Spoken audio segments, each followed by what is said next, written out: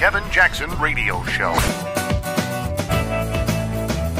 Greetings and salutations. You are tuning into the Kevin Jackson Radio Show. And of course, I am guest hosting for the day. This is Brett Siegel, the Disgruntled Millennial, broadcasting to you live from my safe space down here in northern Florida, where I'm always free from your bigotry, racism, hatred, microaggressions, patriarchy, and all sorts of other things that, that we have all grown accustomed to these days. White privilege, all that good stuff. Speaking of white privilege, ex-Congressman Anthony Weiner, he's going to jail. He's going to jail for, guess what? I'll give you a wild guess. What do you think a guy named Weiner is going to jail for? He's going to jail for sexting a 15-year-old. Sexting, that's one of those words where you amalgamate the word sex and texting. So it's basically an ex-congressman, Anthony Weiner, was harassing a 15-year-old girl, an underage girl, sending him pictures of his wiener. Anthony Weiner was sending pictures of his wiener to a 15-year-old. Of course, CNN came out. CNN, New York Times, they came out condemning Anthony Weiner. Imagine if Donald Trump were sexting a 15-year-old girl. CNN would flay the guy. CNN would be calling for his head. CNN would be calling for a crucifixion. They'd be calling to see his head on a platter like Kathy Griffin's strange photo shoot where she held up a mock head of Donald Trump, displaying her similarities with ISIS and the like. CNN clearly did the same exact thing to Anthony Weiner, right? They flayed him. No, they didn't flay him. They said he couldn't help it. Huma was crying. Anthony was crying. Poor Anthony, he was crying because he's going to jail.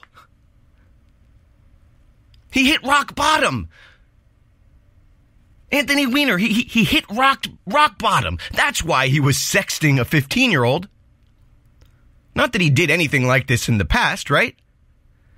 Of course, he comes out with his apologies, with his platitudes, pretending to care about his victims, pretending to think that what he did was wrong.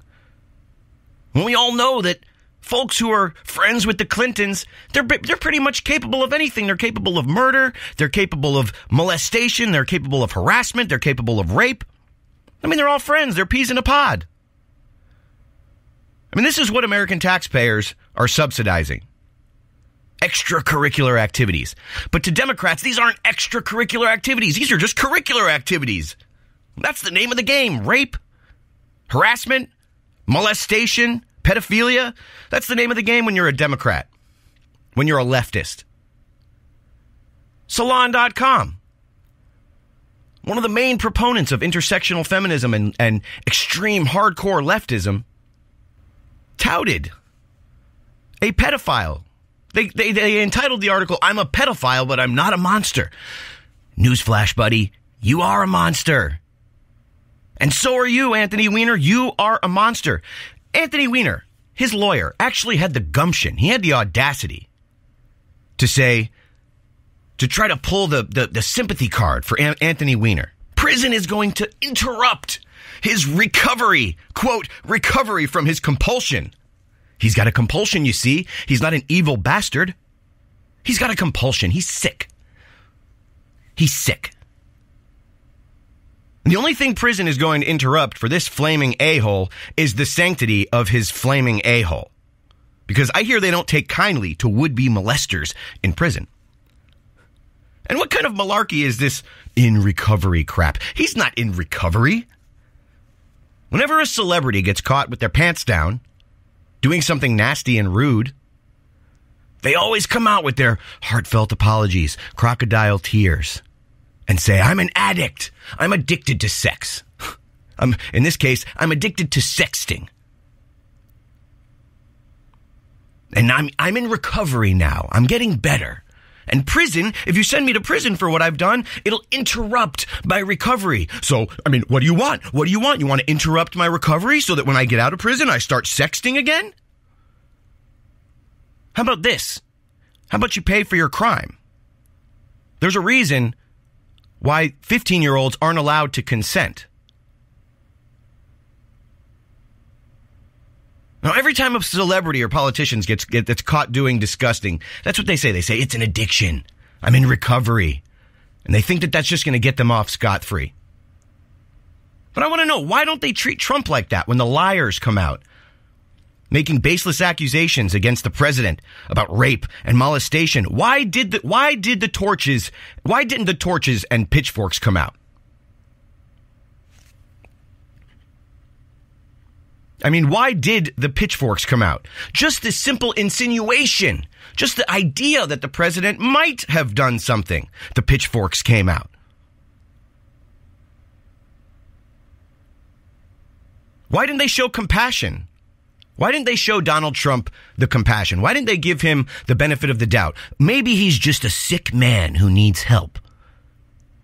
And you don't treat sick men by trying to string them up and to lynch them and torch their reputation. You help a sick man by helping him to get better, right?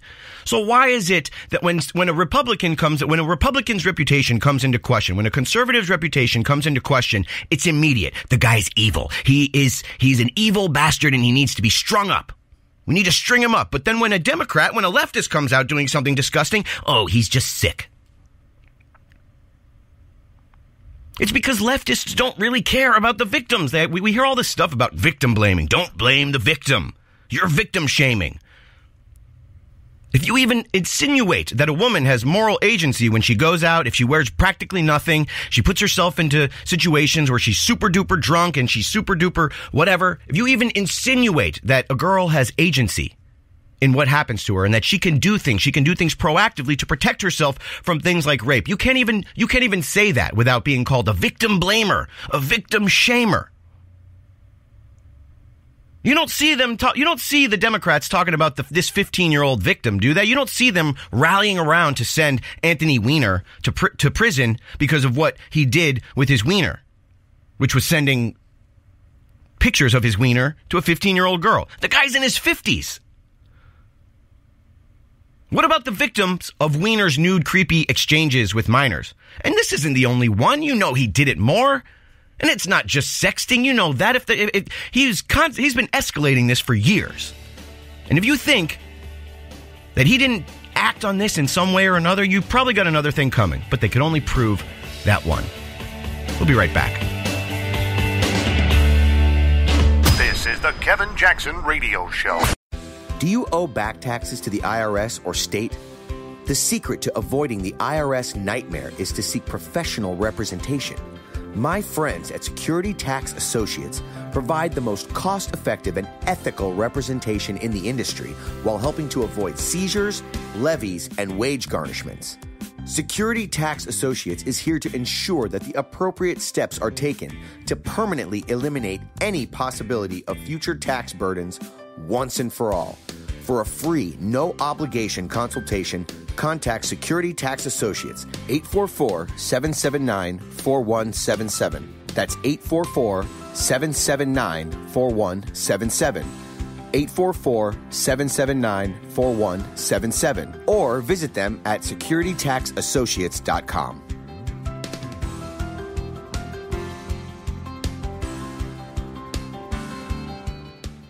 Beth Cook Moranville, author of Closer Than Your Breath, a book of hope. Hope, that wonderful, wonderful four-letter word that you may feel completely out of.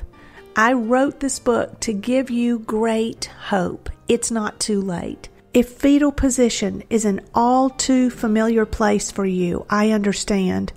If the next 60 seconds are too long, this book is for you.